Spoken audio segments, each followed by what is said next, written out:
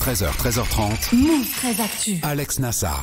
Info, culture, société, sport, tous les jours de 13 à 13h30 sur Move. Move 13 Actu, toute l'actu de ce mercredi 20 décembre. Comment ça va la team Move 13 Actu? Vous êtes en forme? Oui. Ouais, très bien. Move 13 Actu à la radio bien sûr ou sur votre smartphone via l'appli Move, mais aussi en vidéo sur Facebook Live. Connectez-vous sur la page officielle Move Radio. Au programme aujourd'hui, Lise, une initiative qui a démarré à Paris l'été dernier et qui, on l'espère, va prendre de l'ampleur, les frigos solidaires. Ouais, des frigos installés dans la rue que chacun peut remplir et où chacun peut venir se servir, de quoi éviter le gaspillage alimentaire et permettre en même temps aux plus démunis de manger. Super idée. Ce sera dans le focus du jour. On va pas mal en parler de ces frigos aujourd'hui avec nos deux invités qui sont très dissipés. Ils ont Faut vous taire et tout, taisez-vous. Taisez-vous là dans un coin. Taisez-vous, on dirait Finkielkraut. Guéran, toi t'es en mode bilan de fin d'année, t'as sélectionné les meilleures punchlines de 2017, c'est original. Oui, une idée hyper originale que personne n'a eu d'ailleurs. Oui. Mais je vais pas m'arrêter là, hein. Je vais pas m'arrêter au rap, je vais aussi pomper d'autres trucs de Topito. J'ai fait un florilège des phrases chocs de l'année qui se termine bientôt. Ce sera dans la Zoom Actu du jour, du sport aussi avec Greg. Marion Bartoli a annoncé hier son grand retour sur les cours de tennis après 4 ans d'arrêt. Oui, Marion Bartoli, 33 ans, qui revient sur le circuit. Son dernier match, c'était une finale gagnée à Wimbledon en 2013. Faut qu'elle fasse attention quand même, Marion, parce qu'il y en a d'autres qui ont tenté ce genre de comeback dans l'histoire du sport et certains auraient pas dû. Non, ils auraient pas dû. Ce sera dans le trash talk. Et puis Yasmina sera là aussi. Yasmina qui a rencontré une légende du graffiti. Il s'appelle Comer du groupe OBK. Alors si vous prenez le métro régulièrement à Paris, vous avez certainement déjà vu son blaze dans un tunnel. Ça fait 30 ans qu'il graffe uniquement dans des lieux interdits. C'est ce qu'on appelle un vandale. Il vient de sortir un livre, son autobiographie. Yasmina a rencontré Comer pour Move 13 Actu. 13h, 13h30. Move 13 Actu. Alex Nassar. Deux invités avec nous aujourd'hui, une fille et un garçon. Elle a 32 ans, elle est vidéaste et comédienne. Vous l'avez peut-être vu cet été dans le film Le Manoir ou sur TF1 dans la série Presque Adulte. Elle pèse très très lourd dans le YouTube Game, 4 millions d'abonnés. Vous avez forcément déjà vu une de ses vidéos. Moi perso, ma préférée, c'est celle-là. Je suis une licorne qui fait du bodybuilding. La drogue. Ryan Gosling. Je suis une licorne qui aime manger du popcorn. Bien à l'aise devant YouPorn. 22 millions rien que pour cette vidéo. Natou est dans Move 13 Actu. Salut Natou. Bonjour. Ça va la drogue? Ça va très bien. Les J'essaie de licornes. me soigner. mais- J'avoue que j'adore cette vidéo. Merci d'être avec nous. Il y a aussi un grand gars de 31 ans à côté de toi. Tout bronzé, mais pas tant que ça finalement. Non, ça va. Non, il est pas très bronzé. Il rentre de vacances, l'enfoiré. C'est lui qui t'a proposé de venir aujourd'hui, Ouais. Natou. Lui aussi, il est comédien, auteur, réalisateur. Lui aussi, il a joué dans Le Manoir. Lui aussi, il se drogue et se déguise en licorne. Non, je plaisante. Il a lancé en 2010 le site 10 minutes à perdre. C'est un des pionniers de la vidéo sur le net. 1 million d'abonnés sur sa chaîne Bat et Gaël. C'est nul par rapport à Natou. C'est ridicule. Très très mauvais. Avec Gaël Mektou, bien sûr, qu'on embrasse. Ma vidéo préférée de Bat et Gaël, moi, c'est celle-là. Tu préfères parler avec une voix très très très aiguë comme si t'avais pris de l'hélium ou parler anglais couramment? Bah, avoir une voix super aiguë comme si j'avais pris de l'hélium. Parce que... Waouh, ça marche. Voici venu le temps des pipes et des chants, des sucettes blancs, c'est tous les jours le printemps. Ce petit lait Sans drogue. qui colle aux cheveux, qui accroche aux dents et qui soulage la queue. Bonjour Baptiste Lambert. Comment ça va? Ça, c'est de J'aime bien l'intro. cette intro. Guérin, tu ton voulais... sevrage à l'hélium. Ça s'est bien passé. D'accord. Ouais. C'était vraiment de l'hélium ou c'était un effet après en C'était en un post-prod? effet. C'était un effet. Quand même. Tu me casses le c'est mythe. la Non, même non, chose. non, t'as je demandé t'assure. aussi. Non, je savais pas. Alors merci à tous les deux d'avoir accepté notre invitation. Alors vous n'êtes pas là pour faire de la promo, c'est Non. important de le dire, mais pour parler d'une initiative qui vous tient à cœur. Ça s'appelle les frigos solidaires. Exactement. Qu'est-ce que c'est que ça, les frigos solidaires? Les frigos solidaires. Le concept, c'est un frigo en libre service mis à disposition par un commerçant, c'est Ouais. un restaurant ou une épicerie ou une boulangerie, enfin, D'accord. un commerce Ouais. qui est sur la rue, quoi. Ouais. Et c'est un frigo en libre service où les gens peuvent mettre de la nourriture dedans D'accord. et d'autres personnes peuvent se servir. Ce qui évite le gaspillage alimentaire et surtout ce qui permet à des gens dans le besoin de pouvoir se nourrir Ouais. et De discuter aussi. et de discuter, ouais, De exactement. créer du lien social. Ouais, c'est important. L'idée est absolument géniale. Moi, je connaissais pas du tout. J'ai découvert ça, mais vraiment par hasard, sur ton Insta, Baptiste. J'ai vu que tu parlais régulièrement des De ça, frigos ouais. solidaires. Donc, du coup, c'est pour ça que je t'ai contacté Bah, je pour suis venir le pour venir en parrain parler. de T'es ambassadeur, t'es parrain. Ambassadeur, parrain, ouais. Ça s'est passé comment? Ils sont venus te voir, ils t'ont dit tiens, ça te Ils ferait m'ont marrer? dit ça va, j'étais dans la rue. je Ouais. J'étais chez Darty. J'aime bien les frigos, j'ai fait ouais, j'étais chez Darty chercher un Chez frigo et Darty. tout, ça tombe bien que tu sois là. Non, c'est Dounia de la cantine du 18, très bon restaurant d'ailleurs. Ouais. Donc à Paris, dans le toujours. 18e, à Paris, qui a eu l'idée suite à. Elle avait vu ça à Berlin et Londres, et elle a lancé ça cet été à Paris. Et il y a Identité Mutuelle qui l'a soutenu là-dessus en disant mais attends, on va faire les choses en grand, ton idée est super. Et ils m'ont contacté, on s'est rencontré avec Dounia, et puis le truc est parti. On essaie de faire le maximum pour que les gens s'accaparent cette initiative citoyenne et solidaire, et que chaque commerçant essaie d'avoir son frigo solidaire pour aider les gens du quartier. Parce qu'il faut savoir, comme le disait Natou, que c'est pas que pour les gens qui aient de la nourriture aussi. Il y a énormément de personnes âgées qui utilisent, pour le coup je parle de l'expérience du frigo de la cantine du 18, où finalement c'est beaucoup de personnes âgées qui ont une toute petite retraite, qui n'ont pas de cuisine, qui n'ont pas de quoi se faire à manger, et qui n'ont pas les moyens aussi, et du coup qui viennent pour avoir à manger, et aussi pour créer un lien social avec les commerçants du quartier. Donc c'est vraiment des trucs de quartier, et tout le monde peut le faire en fait. Si vous avez un restaurant, vous avez vos habitudes, ou un commerce, vous avez vos habitudes et que vous connaissez les gens, et ben vous leur parlez de ça, vous leur dites c'est très simple à mettre en place. On va en reparler dans le détail avec Lise dans quelques instants. Et toi Natou, t'as aussi t'es sensible à ce projet, et t'as aussi envie de leur filer un coup de main. Du coup tu prépares une vidéo, c'est ça? Moi comme toi j'ai découvert le projet sur Instagram. D'accord. Et ça m'a vraiment touchée, parce que je trouve que c'est quelque chose de concret et que c'est assez facile à mettre en place en fait finalement, et ce serait génial que ça rentre dans les mœurs et dans la culture de cette notion de partage, de mettre de la nourriture, même le gaspillage. C'est vrai qu'avant de partir en vacances, au lieu de jeter des aliments, les mettre dans ce frigo, ce serait assez simple. Et du coup, je découvre un petit peu en même temps, parce que c'est vrai que je suis pas aussi calée que Baptiste, mais j'ai eu envie d'en parler en faisant une vidéo sur ma chaîne. Mais c'est vrai que c'est marrant, parce que Baptiste devait venir tout seul dans un premier temps, puis j'ai appris qu'il venait avec Natou. Lui d'accord, très bien, parce que tu avais justement ce projet de faire cette vidéo, donc c'est cool, tu mobilises aussi tous les artistes que tu connais autour de toi pour faire du bruit autour du projet. Alors pour bien comprendre en quoi ça consiste, les frigos solidaires, d'où ça vient, comment ça fonctionne, Lise, t'as préparé un joli focus. On l'a déjà un peu dit, mais ce sont des frigos en libre service. Ils sont remplis de nourriture par des restaurateurs ou des particuliers, et ensuite tout le monde peut venir se servir. Ça permet de lutter contre le gaspillage alimentaire tout en aidant les plus démunis. Et Natou et Baptiste le disaient, ça crée en plus du lien social, c'est tout bénef. C'est vrai que l'idée est toute bête, mais c'est absolument génial, fallait vraiment y penser. Ça vient d'où cette idée? Ça vient d'Allemagne. L'idée est née en 2012, alors on la doit à une association qui a créé un site participatif Food Sharing pour faciliter la récupération et le partage de nourriture. Des dizaines de frigos solidaires ouverts 24 heures sur 24 ont ainsi été installés à Berlin. Les bénévoles de l'asso les remplissent grâce à l'aide de restaurateurs et de grandes surfaces. Les particuliers aussi y déposent de la nourriture. Depuis 2014, ces frigos solidaires ont commencé à fleurir un peu partout, en Espagne, en Argentine, aux États-Unis, en Autriche. Ça a commencé doucement en France, mais il n'y en avait toujours pas à Paris. Et c'est enfin chose faite depuis cet été. Oui, enfin, grâce aux associations Le Carillon et Cap ou Pas Cap, le premier frigo solidaire a été installé en juin devant le restaurant, donc la cantine du 18 dans le 18e à Paris. Un deuxième vient juste d'ouvrir il y a quelques jours dans le 12e, le magasin bio Les Nouveaux Robinson.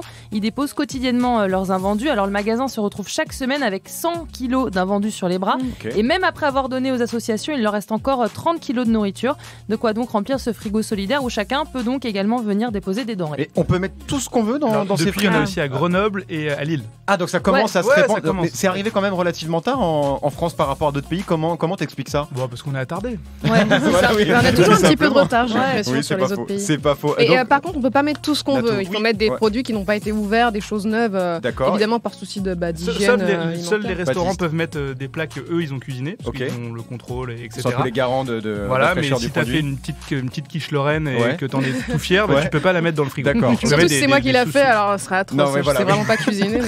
Lise, il y a d'autres trucs qu'on peut pas mettre dans le frigo. Pas d'alcool, pas de viande, pas de poisson, ni de produits déjà entamés. Ça a l'air con de le dire, mais c'est important quand même de le préciser. Voilà. Sinon, tu peux mettre ce que tu veux tant que c'est pas périmé. Bien sûr. Mais qu'est-ce qui empêche aussi, question un peu con, mais je la pose quand même, des gens qui sont pas forcément dans le besoin de venir se servir?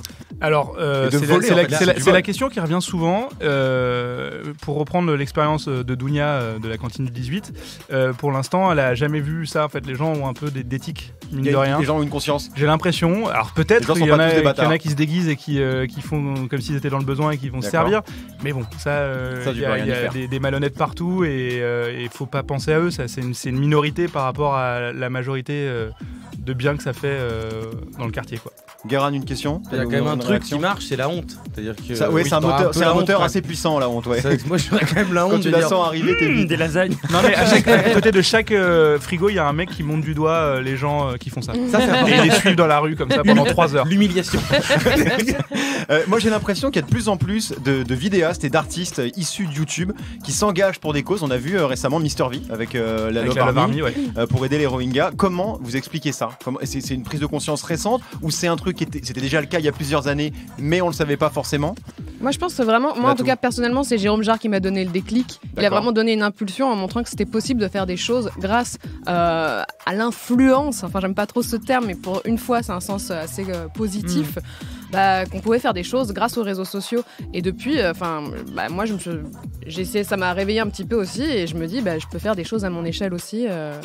Mais ouais, je suis d'accord. Avant, on avait l'impression d'être suivi sur les réseaux sociaux, etc. Mais juste pour ce qu'on faisait, faire nos sketchs, etc. Et on avait l'impression que quand on parlait d'autre chose, qu'on pissait un peu dans un violon. Ouais.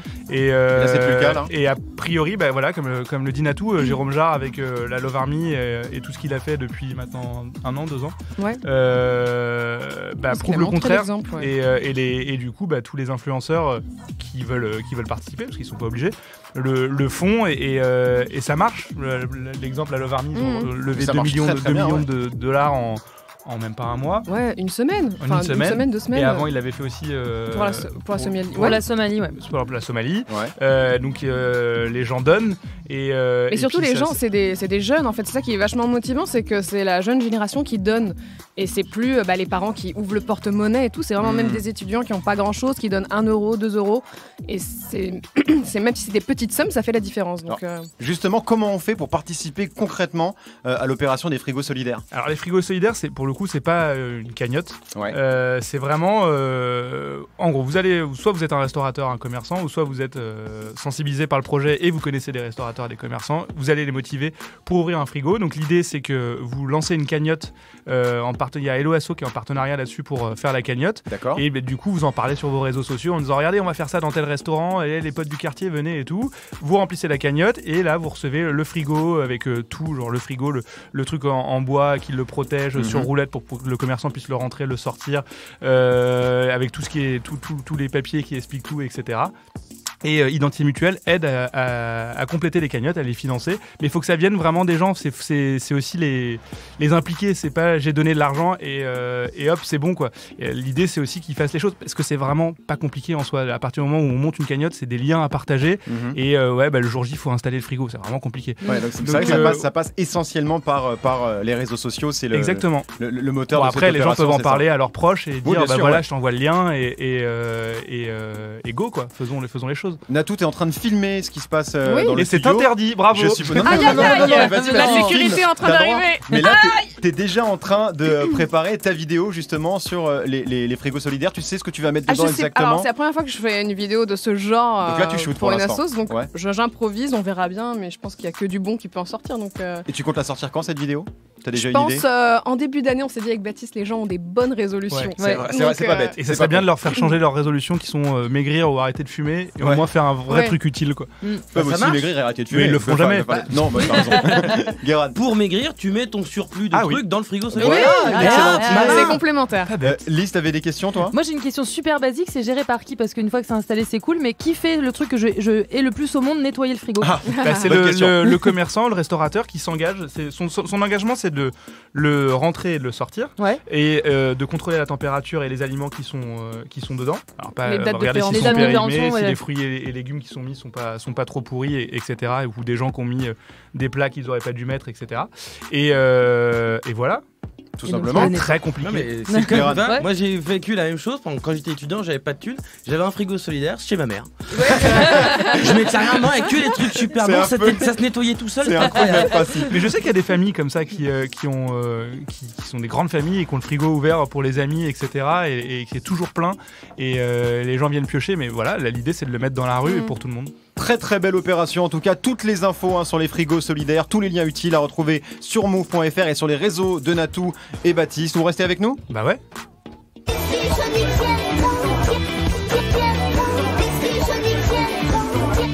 Ah, Lise est en jaune. C'est très mignon, Lise est habillée en jaune aujourd'hui. Qu'est-ce qui est jaune et qui attend? Bon, ça restera la punchline de l'année 2017, Garde, on est bien d'accord? Oui, on est bien On n'a d'accord. pas fait mieux Le depuis, truc, c'est que à chaque fois que je l'entends, j'ai envie de faire une vanne, et là, je pense à Tex. Ouais. Et j'ai pas envie de perdre mon taf. Non, juste non, avant la fin de l'année. ne la fais pas dans ce Voilà, cas, je c'est vais mieux. bien terminer. Non, j'ai sélectionné les plus belles punchlines de 2017 parce que personne ne l'a fait avant moi. Voilà. C'est une grosse enquête, les man. La Zumbactu de Guérin dans quelques instants, mais d'abord, Greg a une info pour nous, 13-15 sur Move. 13h, 13h30. Move 13 Actu. Alex Nassar. Le sachiez-tu de Greg, alors Natou et Baptiste, soyez pas surpris, c'est pas la chronique la plus passionnante de l'émission. Son taf à Greg, c'est de trouver les infos dont tout le monde se fout. C'est voulu. Et hein. en général, c'est assumé. Hein. Il y arrive très bien, on t'écoute Greg. Alors c'est bientôt le nouvel an. Oui. Ça vous le saviez? Oui. Avec cette question toute pourrie qu'on C'était ça, commence l'info à poser. Non, c'est pas l'info. Ah bon, d'accord. Cette question qu'on pose pourrie dont on n'a jamais Tu la fais réponse. quoi le 31? Tu fais quoi le 31? Voilà. Et bien la question, enfin l'info que je vais vous donner, c'est que le nouvel an, ça n'a pas toujours été le 1er janvier. Ah ouais? Il y a eu d'autres dates, voilà, au 6e et 7e siècle, on le célébrait le 1er mars, au 10e siècle, l'année débutait le jour de Pâques, et c'est Charles IX qui décide en 1564 que la nouvelle année débute le 1er janvier. Je vous avais prévenu. Hein. Voilà. Bah, je donne tous les jours et après c'est c'est bon à culture, ça savoir. fait pas de mal. Vous faites quoi le 31, Natou? Je vais à Bergerac, dans une maison. Putain, j'arrive plus à parler. Elle est émue. Je suis émue par le jour de l'an, putain. Et toi, Matt? Moi, je sais pas, je déteste le jour de l'an en fait, donc vraiment, c'est le dernière minute, j'essaye de me laisser surprendre un peu. Bon. On se retrouve dans quelques instants, Oui. Greg, pour le trash talk du jour consacré au comeback raté des sportifs. Oui, il faut qu'elle fasse gaffe, hein, Marion Bartoli, elle a Oui, annoncé son c'est grand vrai. retour hier soir après 4 ans d'arrêt. Il y en a qui ont essayé de revenir, ils ont eu des problèmes. Ce sera dans le trash talk dans quelques instants. Move 13 Actu. Jusqu'à 13h30. 13-16 sur Move, c'est l'heure de la Zumbactu de Guérin en mode punchline aujourd'hui, les plus belles déclarations, les plus belles punchlines de 2017. Oui, au départ, je voulais faire un top original, comme un Ouais. petit chroniqueur à bretelles impertinent, alors qu'il fait juste des vidéos sponsorisées par Yves Rocher sur Combini. Voilà, je voulais préparer un classement des 4 meilleures secondes des pubs pré-roll avant les vidéos YouTube. Oui. Mais c'était très niche. Ah, c'est niche, ouais. Voilà, ouais, puis il ouais. fallait que je désactive Adblock. J'ai donc D'accord. tenté de retenir les phrases marquantes de 2017, classifiées selon les domaines. Les meilleures punchlines de 2017, c'est tout de suite après un de notre partenaire, bien sûr. La Zumbactu vous est présentée par Crupidon. Si tu veux rencontrer les véganes qui mangent cru les plus chauds de ta région. Je sais même plus quoi dire avec ces sponsors, mais d'ailleurs je vais rien dire. Alors, on commence par le plus évident, Guérin, les meilleures punchlines du rap game, bien sûr. Alors je sais pas si Nato et Baptiste aiment le hip-hop, mais il faut savoir que tous les ans il y a un thème dominant. Un peu comme dans le calendrier asiatique, 2017 dans le calendrier chinois c'était l'année du coq, Ouais. et dans le rap game c'était l'année des culs. C'est pas la première fois, je vous cache pas.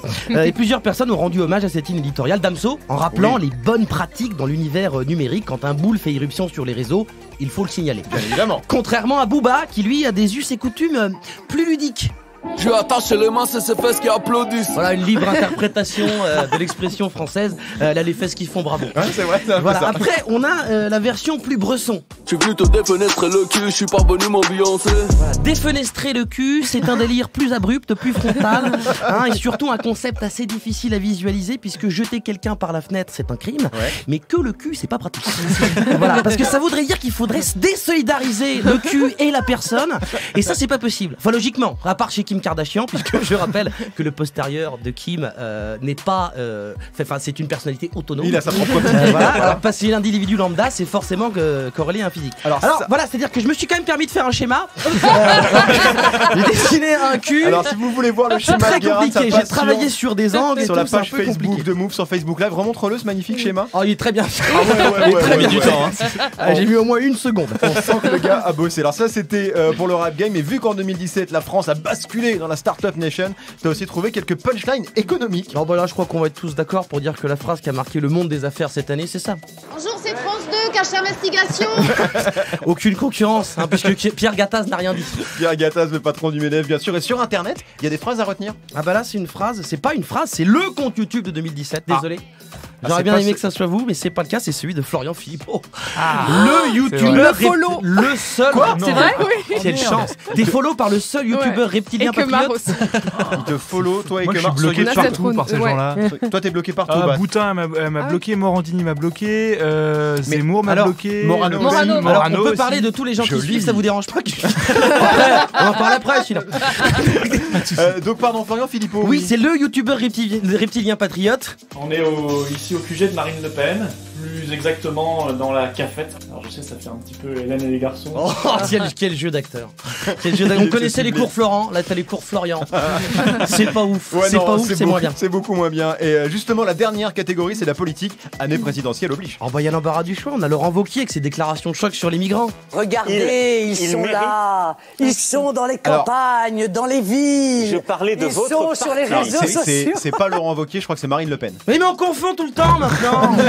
C'est relou, ils font pas d'efforts. Bon, c'est pas grave, c'était l'année des Manus de toute façon. D'abord Manuel Valls, qu'on appelle Manolo Blancos dans le milieu. Valls, il a dit ça à peu près tout le temps. C'est très grave, Jean-Jacques Bourdin. C'est très grave. Il a dit que ça. Toute l'année. Vous pourrez le voir en concert dans la comédie musicale 50 nuances de grave au théâtre de Port-de-Bouc. Ville qui réunit ces deux passions, le port et le bouc. D'accord. Et l'autre Manu, c'est Macron, j'imagine. Bah oui, c'est pas Emmanuel Petit. Voilà, c'est Emmanuel Macron qui a fait des phrases trop longues toute l'année, jusqu'à ce dimanche dans le Money Time de 2017, avec son grand plan de sauvetage de l'environnement. Quelle est la manière de lutter contre le réchauffement climatique? C'est lutter contre le CO2 qu'on émet. Et ça, mon pote, ça c'est disruptif. Ça c'est Startup Nation, on n'y avait jamais pensé. Heureusement qu'il est là, mais je me fous de sa gueule. Mais Delahousse en même temps, c'était l'interview là. Delahousse lui mettait une pression de ouf avec ses questions pièges là. On est dans votre bureau ou dans l'un de vos bureaux. Il y a quelques minutes, on m'a dit que c'était pas toujours le même bureau. Vous avez plusieurs bureaux. Voilà. C'était chaud. L'interview est à revoir sur YouPorn avec le tag Blowjob.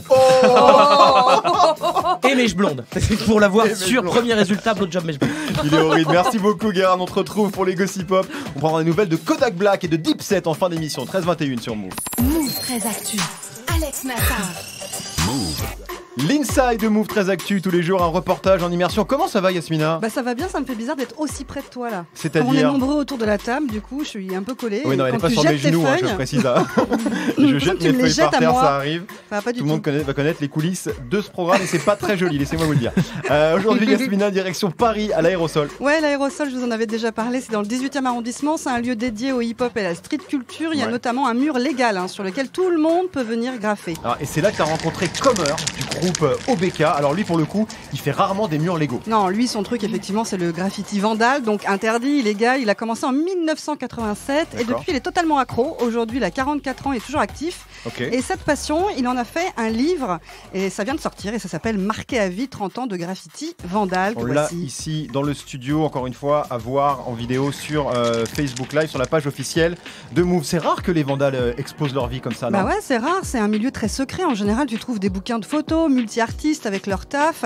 Et ben finalement, tu ne sais rien de leur vie. Non, et vrai. là, Comer, il a voulu tout lâcher en 340 pages, ce qui l'a poussé à commencer et surtout à continuer toutes ces années. Marqué à vie 30 ans de graffiti vandal, c'est un livre sur ma vie, sur mon parcours. Dans un premier temps, c'était plus ou moins une thérapie parce que je venais de me faire attraper par la justice qui faisait un gros procès. C'était le gros procès de Versailles avec 60 inculpés dont je faisais partie. Ils ont essayé d'arrêter en fait les plus gros cartonneurs du métro et des trains. On en a beaucoup parlé, le fameux procès de Versailles. Ouais, qui a commencé en 2002, qui a duré 12 ans. Au final, pour tous des les mecs graffeurs... qui peignent sur des murs. Ouais. D'accord. Au final, justement, tous les graffeurs impliqués ont été amnistiés et pendant cette longue période, Comer, lui, il a préféré se la jouer low profile. Normal. C'était pas le meilleur moment pour sortir un bouquin. Donc il le sort maintenant, plusieurs années après les faits, après l'histoire, histoire de mettre les points sur les i. Parce que on passe à une ère où les gens considèrent que notre art, ça fait partie du street art et nous on fait du graffiti. On veut pas que notre art il soit transformé ou dicté par d'autres gens que nous.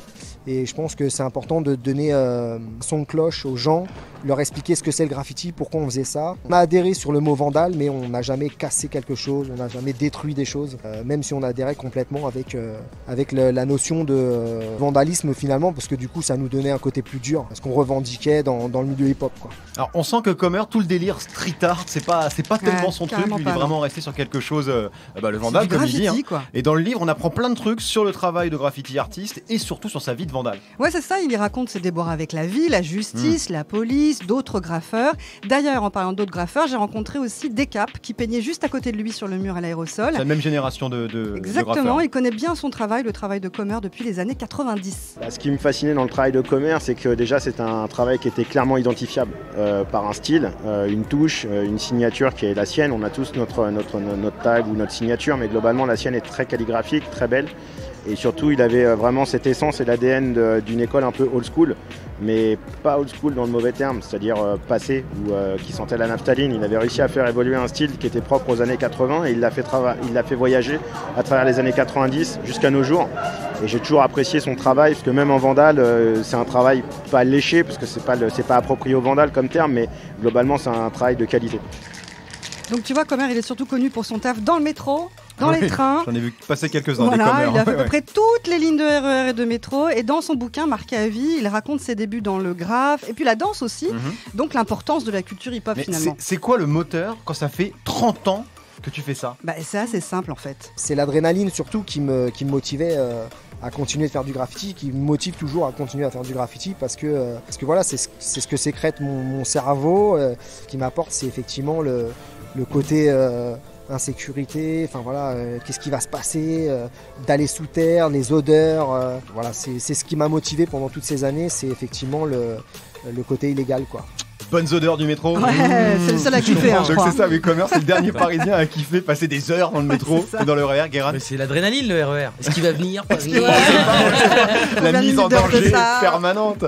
Et maintenant que son bouquin est sorti, Comer, il a prévu d'arrêter? Mais pas du tout. Malgré les années, la répression, le danger même, l'explosion du street art, il déteste le street art, et ben lui, l'envie de graphier est toujours trop forte. Des gens comme moi, ils peuvent mettre les amendes qu'ils veulent, ils peuvent nous enfermer s'ils veulent. Je pense qu'effectivement, on est tellement accro à ce truc-là, on est tellement pris dedans que ouais, on s'arrêtera pas, et que j'espère, quand je serai vieux, je continuerai à taguer, puis ça sera encore plus marrant parce que même quand je taguerai dans le métro, les gens qui m'arrêteront, ils oseraient même, je suis même pas sûr qu'ils oseraient m'arrêter parce que je serai tellement vieux. Mais qu'est-ce que vous faites, monsieur? Laissez-moi.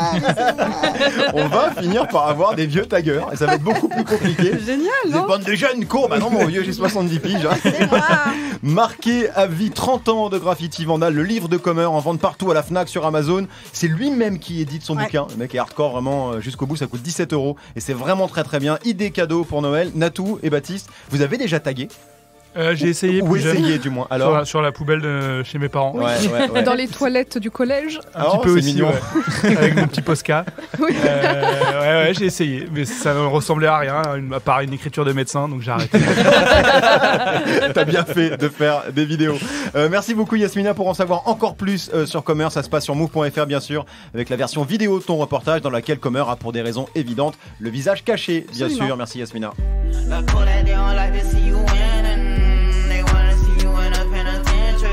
Kodak Black sur Move avec Tunnel Vision, c'est un des hits de 2017. Comment il va Kodak Black, Guérin?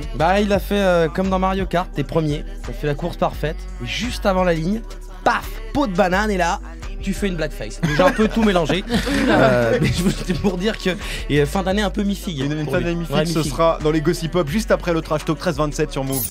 Alex Nassar. Move très actu.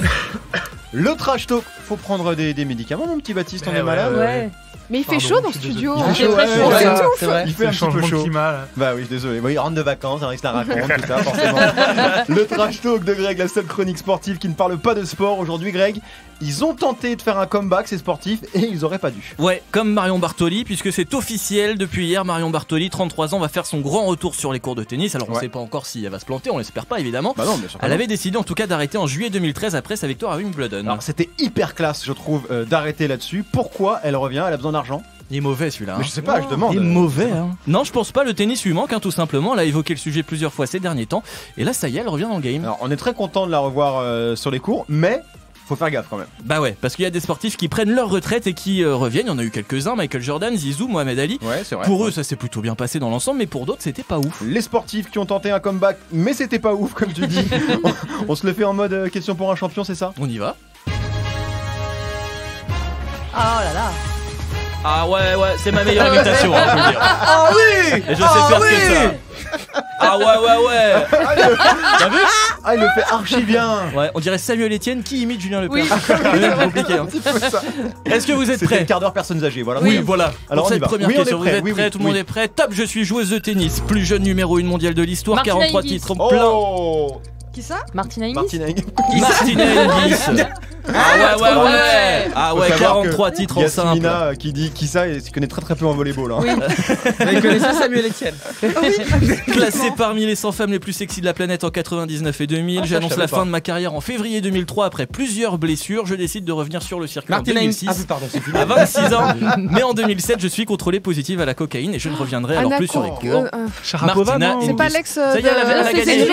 Elle est revenue. Ah d'accord, j'ai rien. Bon là là. Elle a gagné, elle a dit. Je suis comme Il va falloir expliquer les règles à Natou. C'est vrai que dans la question à chaque fois, il continue la question après. C'était la fin de la première question en fait. Je fais jusqu'au bout le truc. C'est donc Martina Hingis évidemment. Alors tenter un comeback quand tu te drogues, c'est pas une super idée déjà. Oui, Guérin. Elle est revenue après le contrôle à la cocaïne. Elle est encore revenue derrière. Oui, elle est revenue. Elle fois était le numéro comeback. 1 mondial de double il y a l'année dernière. Ah oui, d'accord. Ah mais le double, tu vois. Bah, ouais, on regarde un petit peu moins. Puis me nique pas ma chronique, merde.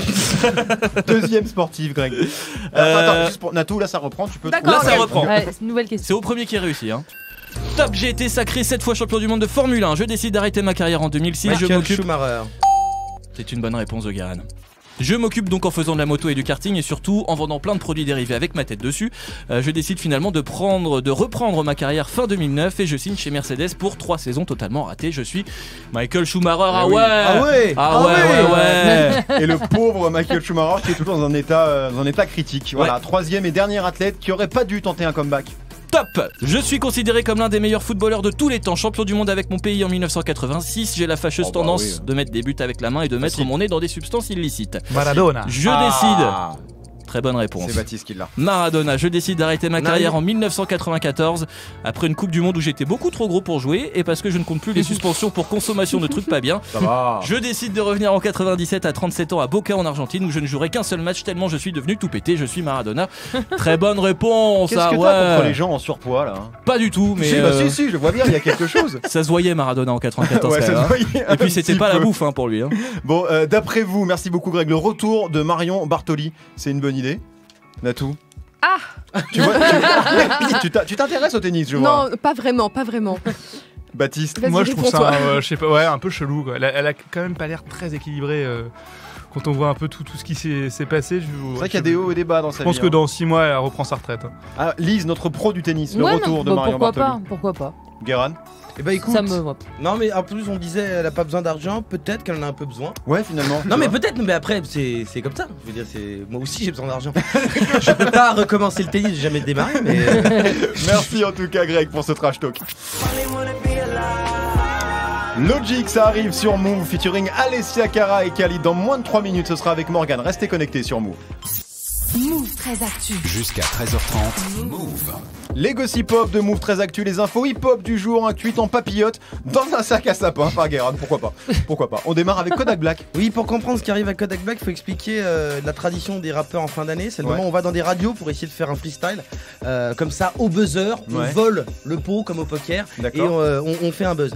Et c'est par exemple ce qu'a fait Black Thought du groupe The Roots dimanche sur la radio Hot 97, radio mythique de New York, dans l'émission du légendaire DJ Funk Master Flex. C'est le mec qui sait qui a tué Biggie et Tupac. Lui il sait. Ouais, il l'a révélé une fois, il a dit le tueur c'est un gars qui était là. C'est pas hyper précis, c'est pas une balance non plus. Mais c'est pas le problème. Dans son show, Black Thought a fracassé l'instru. Well, I be that exception to the rule. The principal, the hand deliver lessons to the school. I was making major moves. My dollar déjà vu. My mission when my ambition was brandishing. Freestyle de 10 minutes, 1,5 million de vues en 3 jours. Et là, Kodak Black il s'est dit hey, mais moi aussi je peux le faire. Non, en fait. Et en fait non, il pouvait pas le faire. Non. Il pouvait pas. 12 minutes de vidéo, c'est très très gênant. On dirait Bruno Le Maire qui tenterait un dab en chantant du Caris à la messe de minuit. Tu vois, oh putain, overdose de concept, arrête. Ouais, non. C'est raté de ouf, il faut qu'il supprime. Mais alors heureusement, alors c'était vraiment dramatique. Oui, on dirait Grégoire là qui avait fait son truc avec la SNCF. Oh mon dieu, quelle horreur, ouais. Mais avec plus de Valium. Il reprenait Nirvana. Il reprenait Nirvana dans un piano, tu sais, gênant. C'était Oasis ou Nirvana? Oasis. Oasis peut-être. On sait pas trop. On a pas reconnu ce temps, on peut pas savoir. On peut pas savoir. Don't look back in anger, on me dit dans le casque. Mais heureusement, il y a eu des trucs cool sortis hier, Guérin. Oui, heureusement, on peut compter sur les légendes de New York. Dipset a sorti un son hier soir. Ça s'écoute les bras en croix.